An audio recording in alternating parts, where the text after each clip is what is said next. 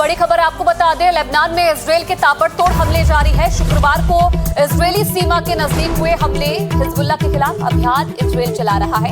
युद्ध विराम पर दोनों देशों के बीच बातचीत भी जारी है, लेकिन दूसरी तरफ हमले भी जारी है। इजरायली सीमा के नजदीक ये हमले हुए हैं और इजरायल पहले ही कह चुका है कि जब तक वो हिजबुल्लाह का खात्मा नहीं कर देता है तब तक उसके हमले नहीं रुकेंगे।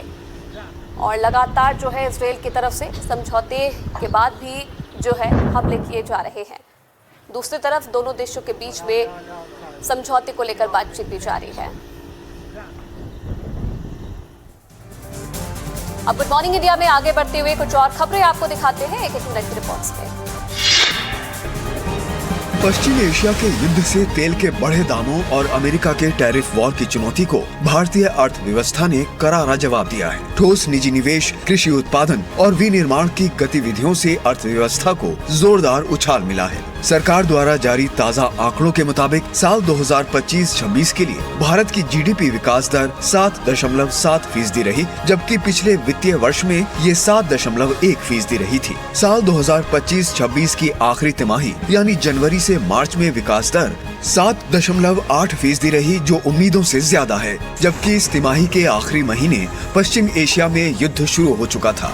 मुख्य आर्थिक सलाहकार वी अनंत नागेश्वरन के मुताबिक जीडीपी के आंकड़े अर्थव्यवस्था के अलग अलग पहलुओं की एक संतुलित तस्वीर पेश करते हैं। इस बीच रिजर्व बैंक ने भी आज एक अहम फैसले में लगातार दूसरी बार ब्याज दरों को जस का तस बनाए रखने का फैसला किया है। रिजर्व बैंक के गवर्नर संजय मल्होत्रा ने कहा कि मौद्रिक नीति कमेटी ने एक राय से रेपो रेट 5.25% बनाए रखने का फैसला किया है। जबकि पश्चिमी एशिया युद्ध के कारण बढ़ती महंगाई दर के मद्देनजर इस बात की आशंका जताई जा रही थी कि सरकार ब्याज दर बढ़ा सकती है। कुल मिलाकर ये आंकड़े अर्थव्यवस्था को लेकर सरकार के आत्मविश्वास को दिखा रहे हैं।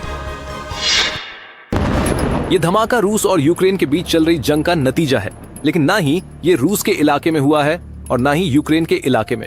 दरअसल ये धमाका रोमानिया के ब्लैक सी बंदरगाह पर हुआ। रूस के खिलाफ युद्ध में इस्तेमाल किया जा रहा एक यूक्रेनी समुद्री ड्रोन इस बंदरगाह पर फट गया।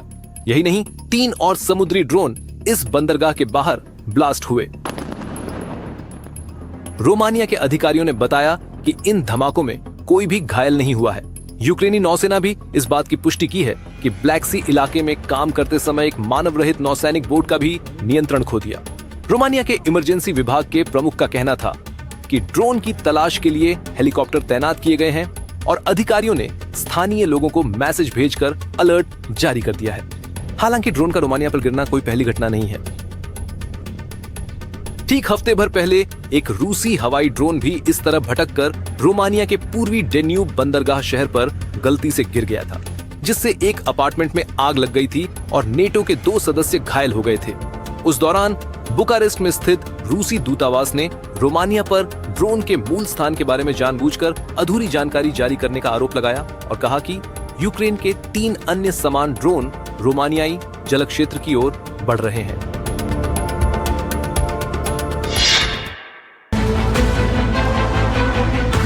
अल कायदा की शह पर आतंक फैलाने वाला संगठन नुसरत